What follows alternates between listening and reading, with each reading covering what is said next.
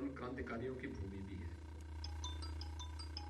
जिन्होंने देश की आजादी के लिए, हम सब जानते हैं 1857 की क्रांति की बिगुल को फूंकने वाला कोई क्षेत्र रहा है तो पूर्वी उत्तर प्रदेश के गोरक्ष प्रांत की उसमें अग्रणी भूमिका रही।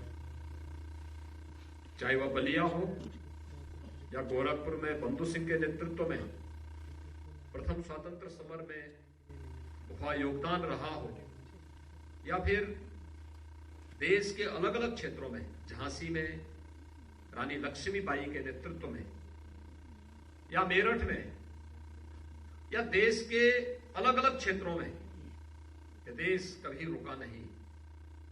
और जब प्रांतीय अधिवेशन अखिल भारतीय विद्यार्थी परिषद का हो रहा है तो गोरक्ष प्रांत में चोरी चोरा, गोरखपुर जनपद के अंदर ही चोरी चोरा में 1922 में चोरी चोरा की ऐतिहासिक घटना यहाँ के किसानों ने, यहाँ के नौजवानों ने, यहाँ के मजदूरों ने ब्रिटिश हुकूमत को उखाड़ने के लिए इसे गोरखपुर की धरती से देश की आजादी के लिए इस अभियान को आगे बढ़ाने का कार्य भी किया था। यह वर्ष हमारे लिए बहुत महत्वपूर्ण है। देश आजादी का अमृत महोत्सव मना रहा है। अमृत महोत्सव का आयोजन 75 वर्षों की यात्रा को आत्मावलोकन करने का अवसर हम सबको प्राप्त हो रहा है। और अमृत महोत्सव का महत्व इसलिए भी है कि अमृत महोत्सव के इन 75 वर्षों में भारत ने कितनी यात्रा प्रारंभ की। जो सपने देखे गए थे भारत के महापुरुषों ने, देश के उन अमर सपूतों ने, ये आजाद भारत होगा। सोचिए, जब पंडित राम प्रसाद बिस्मिल को गोरखपुर जेल में फांसी की सजा हो रही होगी, उस समय उम्र क्या थी उनकी? ठाकुर रोशन सिंह को जब नैनी इलाहाबाद की जेल में फांसी की सजा हो रही थी, उनकी उम्र क्या थी? लेकिन एक जज्बा था। वे जानते थे अंग्रेजों के बारे में, उस समय भी एक कहावत थी कि इनका सूरज कभी अस्त नहीं होगा।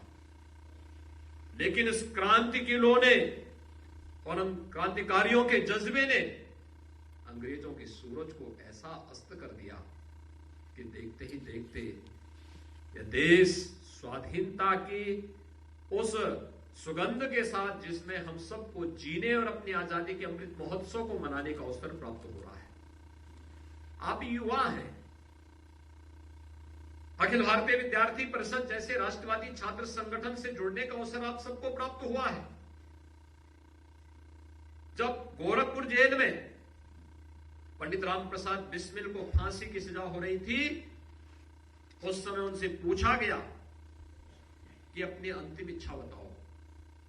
उसने कहा, मेरी इच्छा तो एक ही है कि इस भारतवर्ष में 100 बार मेरा जन्म हो और कारण सदा ही मृत्यु का देशोपकारक कर्म हो।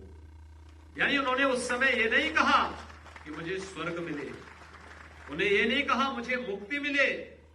उन्होंने कहा, जब तक मेरा देश स्वाधीन नहीं हो जाता है, तब तक बार बार इस भारत भूमि पर मुझे जन्म लेने का सौभाग्य प्राप्त हो और देश और धर्म के उद्धार के लिए मैं बार बार जन्म लेऊं और इसी के लिए अपने आप को समर्पित करूं। इस भाव के साथ पंडित राम प्रसाद बिस्मिल ने फांसी की सजा को गोरखपुर जेल में छोड़ने का कार्य किया था। उस पीढ़ी की वर्तमान विरासत के योद्धा आप हैं।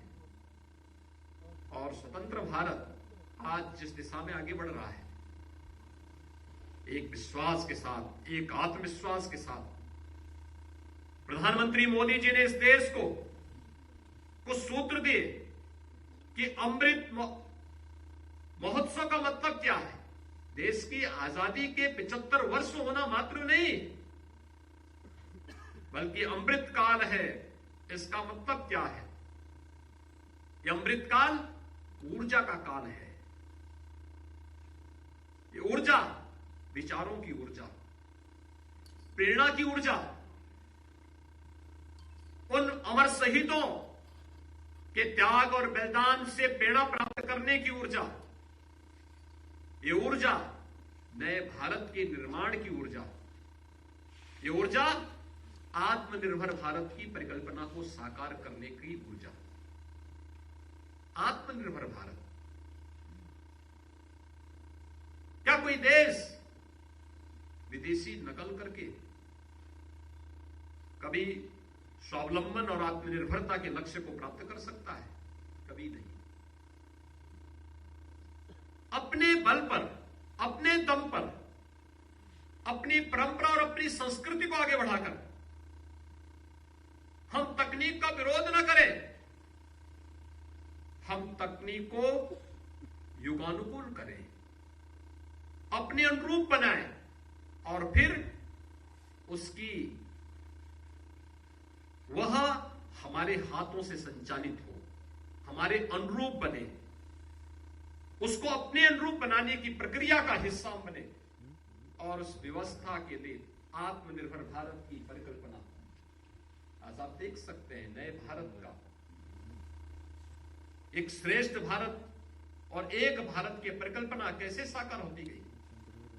कोई सोचता था जब इस देश पर धारा 370 थोपी गई थी 1952 में, चोरी छिपे देश के संविधान में एक धारा चोरी छुपे डाली गई थी। बाबा साहब भीमराव अंबेडकर ने प्रतिकार किया था, लेकिन उस समय कांग्रेस नेतृत्व के सामने उनकी आवाज दबा दी गई। उस समय एक आवाज निकली थी और जो आवाज उस समय प्रखरता के साथ आगे बढ़ी थी, जिसने कहा था कि एक देश में 2 विधान, 2 प्रधान और 2 निशान नहीं चलेंगे। वो आवाज थी डॉक्टर श्यामा प्रसाद मुखर्जी की।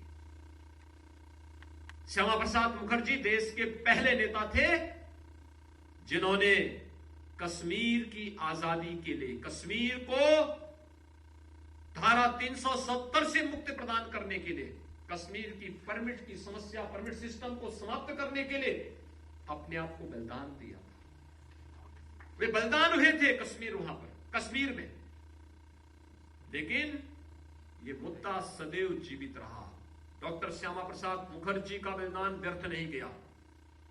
जब अवसर मिला, प्रधानमंत्री मोदी जी के नेतृत्व में कश्मीर से धारा 370 समाप्त के लिए, सदैव के लिए समाप्त हुई। आज कश्मीर एक भारत श्रेष्ठ भारत का हिस्सा बन चुका है। एक भारत श्रेष्ठ भारत। मुझे याद है अखिल भारतीय विद्यार्थी परिषद दशकों से पूर्वोत्तर के छात्रों को देश और इस क्षेत्र में लेकर के आता था, अलग अलग जनपद, अलग अलग प्रांत में लेकर के आता था। एक भाव होता था इन लोगों को भी जोड़ा जा सके। लोग मानते थे इससे क्या होगा। हम लोगों को लगता था नहीं, इसके पीछे तत्व है, इसके पीछे भाव है। जो काम सरकार को करना चाहिए था, एक गैर सरकारी छात्र संगठन अपने दम पर, अपने बल पर राष्ट्र के प्रति अपनी जिम्मेदारियों को समझ करके उस कार्य को कर रहा है। अखिल भारतीय विद्यार्थी परिषद के कार्य को करता है। मुझे याद है जब विद्यार्थी परिषद ये कार्य को करता था, हम लोगों को उन छात्रों से संवाद बनाने का अवसर प्राप्त होता था। कभी कभी हम लोगों से कहा जाता था ये कुछ विवादित मुद्दे हैं, इन पे नहीं चर्चा करनी। लेकिन आज आप देख सकते हैं पूर्वोत्तर के राज्यों में क्या अभाव है। कोई सोचता था, कोई सोचता था जो पूर्वोत्तर क्षेत्र अलगाववाद की चपेट में पूरी बुरी तरह घिरा हुआ था, उस असम में भारतीय जनता पार्टी की सरकार है, मणिपुर में भारतीय जनता पार्टी की सरकार है, मेघालय और नागालैंड में भारतीय जनता पार्टी समर्थित सरकार है, अरुणाचल प्रदेश में भारतीय जनता पार्टी की सरकार है। यानी वह भाव कहां मिला। और आज पूर्वोत्तर का भारत, जिसके बारे में कोई कहता था कि क्या यह भारत का हिस्सा रह पाएगा, आज वहां पर भारत के प्रति जो भाव है, सम्मान का भाव है। अरुणाचल प्रदेश में आप जाइए, वहां के प्रत्येक नागरिक से कोई मिलता है तो उसका संबोधन क्या होता है? जय हिंद का। परस्पर वार्तालाप में भी जब वह अपना शिष्टाचार निभाते हैं तो जय हिंद के साथ निभाते हैं। तो पूर्वोत्तर का सबसे अंतिम कोने पर भारत की सीमा पर खड़ा एक प्रांत क्षेत्रफल की दृष्टि से बड़ा होगा, लेकिन इसका संबोधन ये भाव अगर वहां पर आया है भारत और भारतीयता के प्रति, एक भारत श्रेष्ठ भारत की परिकल्पना को साकार करने के लिए, तो स्वाभाविक रूप से बताता है। लेकिन भारतीय विद्यार्थी परिषद कहीं गलत नहीं था। अखिल भारतीय विद्यार्थी परिषद जिन मुद्दों के लिए कार्य कर रहा था उसको लेकर के निरंतर आगे बढ़ा रहा, आज उसका परिणाम भी हम सबके सामने देखने को मिला है। कोई सोचता था 1980 के दशक में राम जन्मभूमि आंदोलन प्रारंभ हुआ। अयोध्या में राम जन्मभूमि आंदोलन जब प्रारंभ हुआ, लोग कहते थे क्या इस सपना साकार हो पाएगा? कोई नहीं कहता था। देश और दुनिया की कोई ताकत कहती, सब कहते थे अरे फजूल की बात है, सब लड़ते, सब केवल फालतू की बात कर रहे हैं। लेकिन वह सपना भी आज साकार हुआ। अयोध्या में भगवान राम का भव्य मंदिर के निर्माण का कार्य भी प्रारंभ हो चुका है। जो असंभव माना जाता था, शांतिपूर्ण सौहार्दपूर्ण तरीके से वे कार्य भी संपन्न हुए। कोई मानता था योग की विधा को दुनिया में वैश्विक मान्यता मिलेगी। योग 21 जून की तिथि विश्व योग दिवस के रूप में मनाई जा रही है। कुंभ की विरासत हजारों वर्षों की विरासत थी। आज कुंभ यूनेस्को द्वारा मानवता के अमूर्त सांस्कृतिक धरोहर के रूप में उसको मान्यता दे दी गई। कोई इन बातों को कभी विश्वास करता था कि काशी बाबा विश्वनाथ का धाम, मुझे याद है जब मैं मुख्यमंत्री बना था तो प्रधानमंत्री जी ने मुझे बताया था कि गांधी जी 1916 में काशी हिंदू विश्वविद्यालय के उद्घाटन समारोह में आए थे और उद्घाटन समारोह के दौरान उनको काशी विश्वनाथ मंदिर में दर्शन करने का अवसर प्राप्त हुआ था। वहां की तंग गलियों को और उन गलियों में व्याप्त गंदगी को देख करके बहुत तीखी टिप्पणी महात्मा गांधी ने की थी। उस समय राष्ट्रपिता का संबोधन उनको नहीं मिला था, नए भारत की राजनीति में नए नए आए थे और उस समय उन्होंने बहुत तीखी टिप्पणी की थी।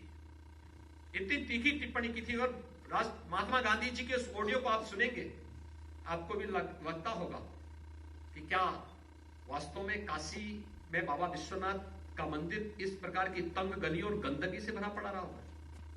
उस समय काशी की आबादी इतनी ज्यादा नहीं रही होगी, लेकिन गंदगी तब भी थी, अव्यवस्था थी, मक्खियां भिनभिना रही थी, तंग गलियां थी।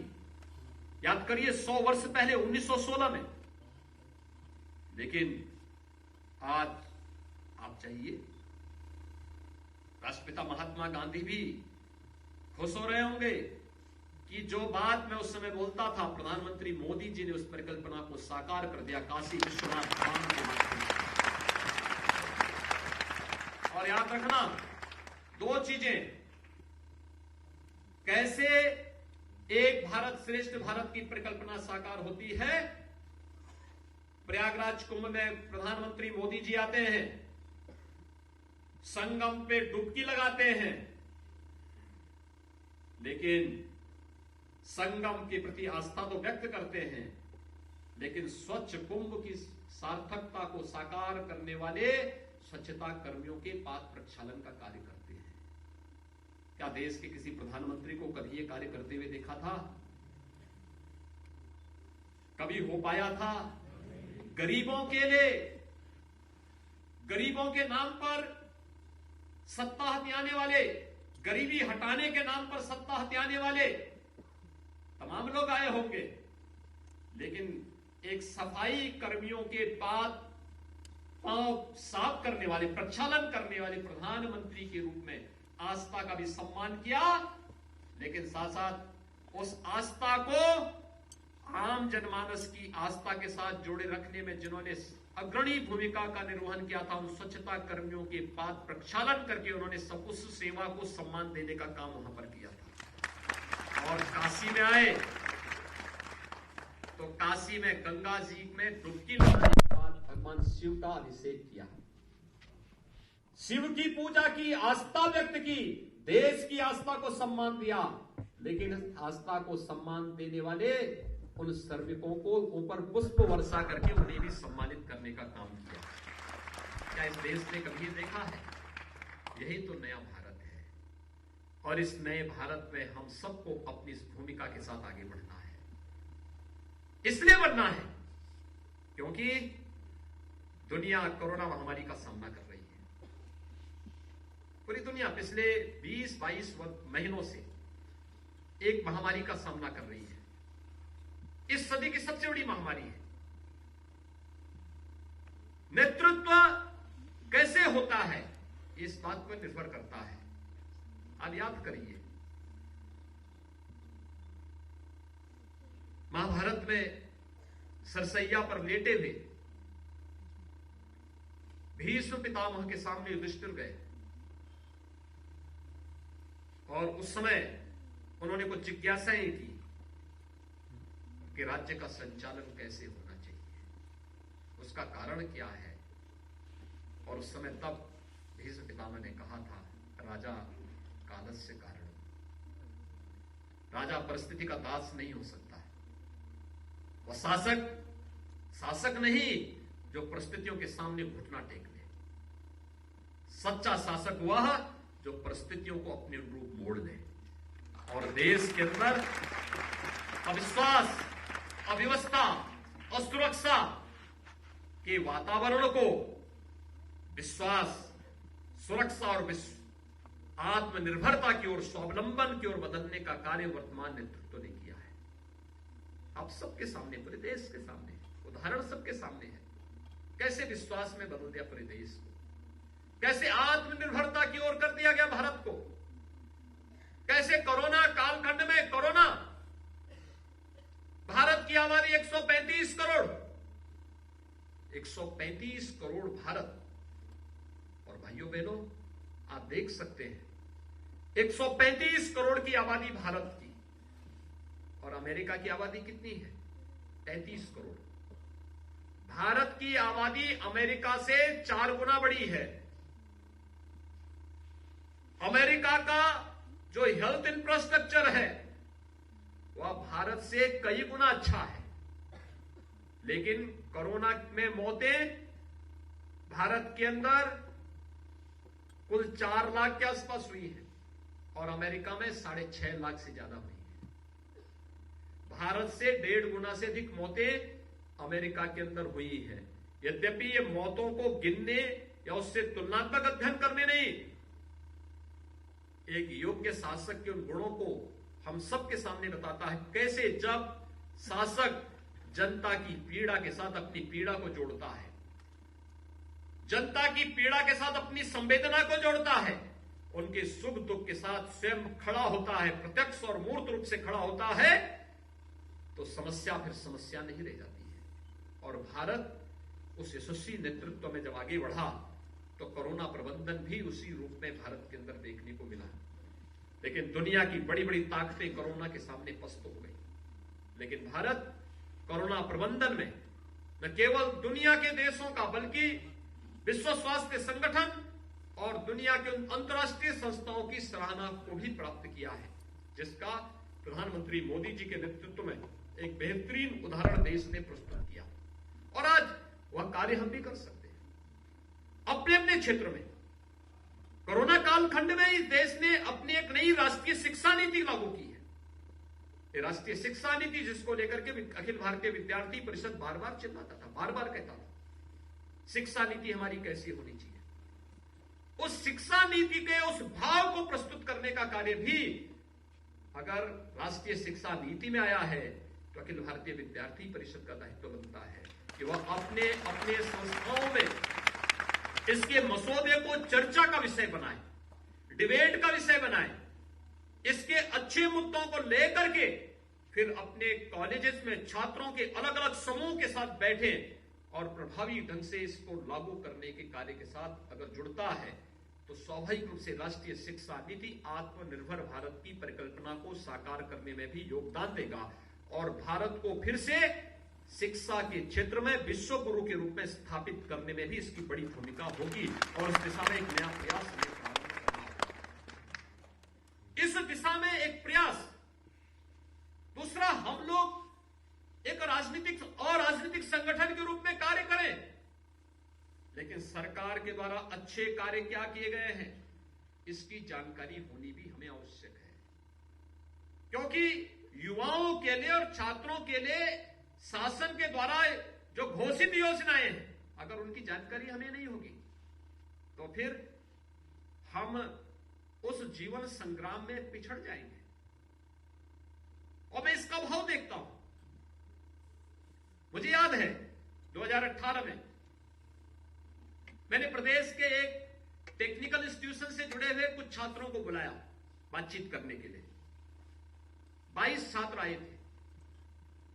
उन्होंने अपना बीटेक पूरा किया था और वे लोग मेरे पास आए थे।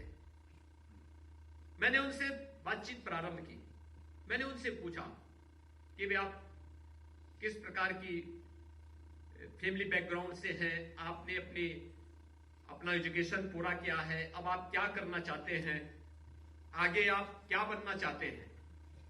आप आश्चर्य करेंगे, 22 में से 16 बच्चे ऐसे थे जिन्होंने मुझसे कहा कि हम अपना स्टार्टअप स्थापित करना चाहते हैं। टेक्निकल बैकग्राउंड था, टेक्नोक्रेट थे, अपना स्टार्टअप स्थापित करने में उनके लिए कोई कठिनाई नहीं थी। जो 6 बच्चे बचे थे उनमें से 2 ने कहा कि हम मल्टीनेशनल कंपनी में जाएंगे और उनको वहां पर उनको पैकेज भी मिल गया था। 2 ने कहा कि साहब हमारा कारोबार पहले से चल रहा है, हम उसमें कार्य कर रहे हैं। और 2 ने कहा कि साहब हम सरकारी नौकरी करेंगे। यानी सरकारी नौकरी के लिए 22 में से केवल 2 मिले थे। 2 को परंपरागत कारोबार था, 2 मल्टीनेशनल कंपनी में चले गए। 16 ने कहा कि साहब हम अपना स्टार्टअप स्थापित करेंगे। तो मेरी जिज्ञासा का विषय वो 16 बच्चे थे जो अपना स्टार्टअप स्थापित करना चाहते थे।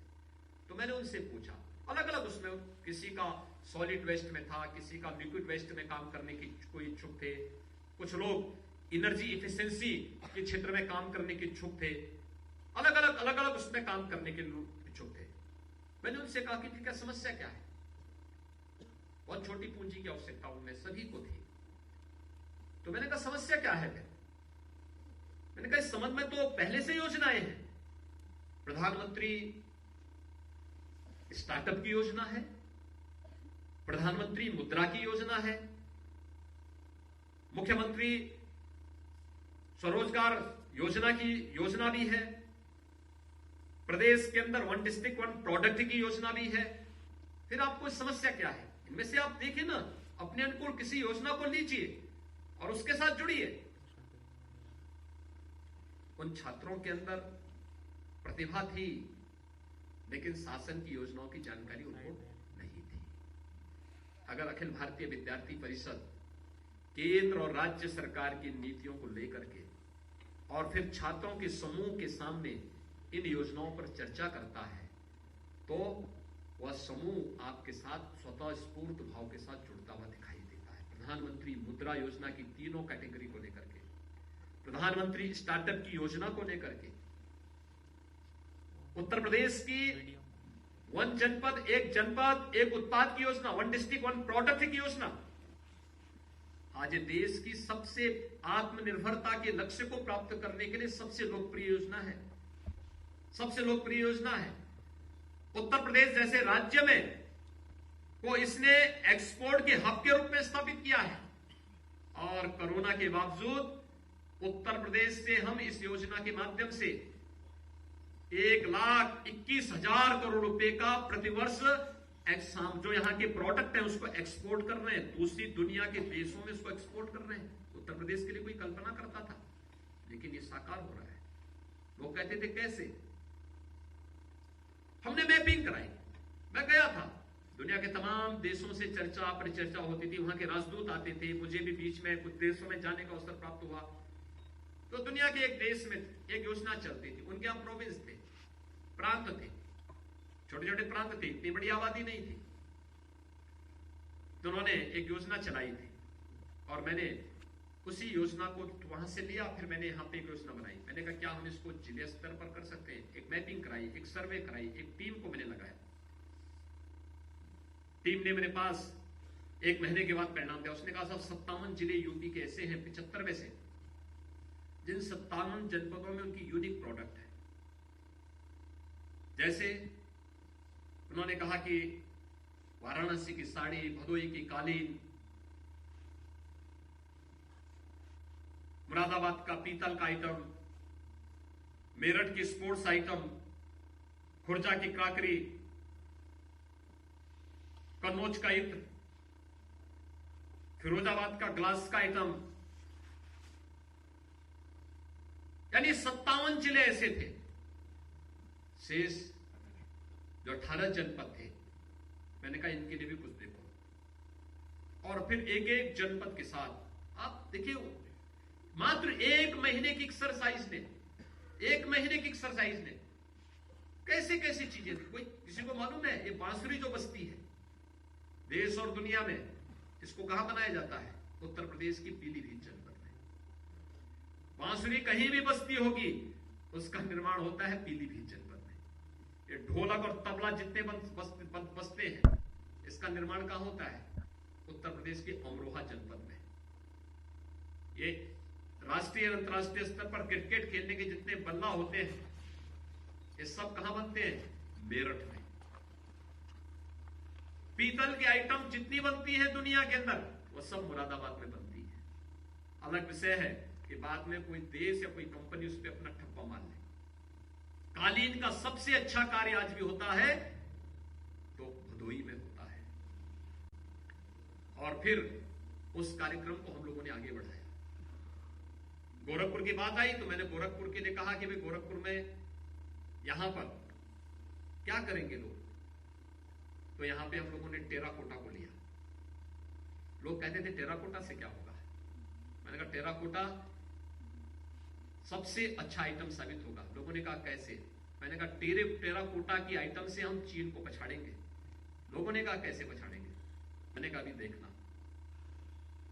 हम लोगों ने प्लास्टिक बैन किया। प्रदेश के प्रजापति समुदाय और कुम्हारों को हम लोगों ने कहा कि अप्रैल से जून तक आपको मिट्टी फ्री,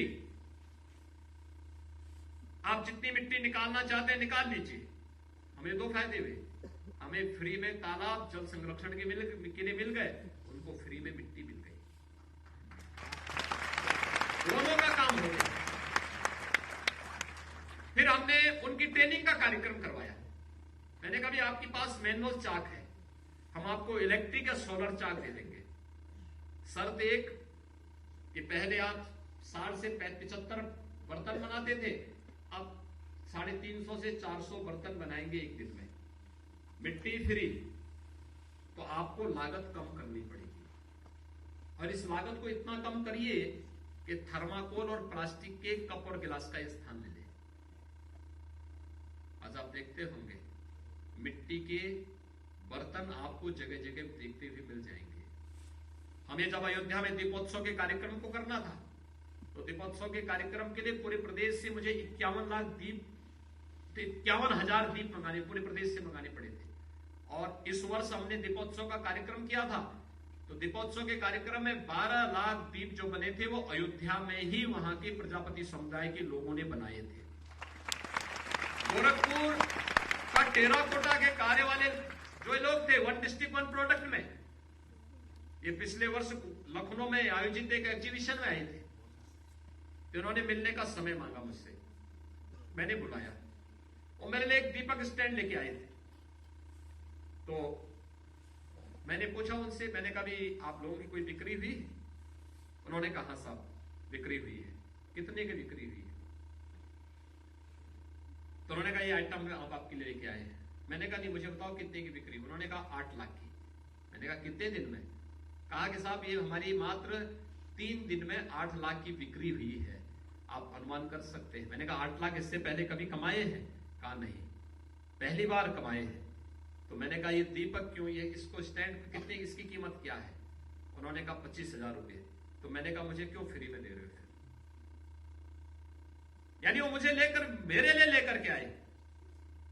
मैंने कहा भैया देखो जितना आपकी लागत आई है उतना पैसा लेंगे तो मैं रखूंगा, नहीं तो आप इसको फिर आपको मार्केट में बेचिए, इसको भी कोई लेके जाएगा, इसको भी आप देख सकते हैं। जिसकी कोई कीमत नहीं थी उसकी कीमत मिली, और उससे ज्यादा कीमत कब मिली? जब दीपावली के अवसर पर घर घर में पूजी जाने वाली लक्ष्मी और गणेश जी की प्रतिमा को जो चीन से आती थी, जब इन लोगों ने बनाना शुरू कर दिया, हमारे कारीगरों ने बनाना प्रारंभ कर दिया, घर घर में लक्ष्मी गणेश, भारत के ही कारीगरों का, उत्तर प्रदेश के ही कारीगरों की मां द्वारा बनाई जाने वाली वो प्रतिमा घर घर में पहुंच गई।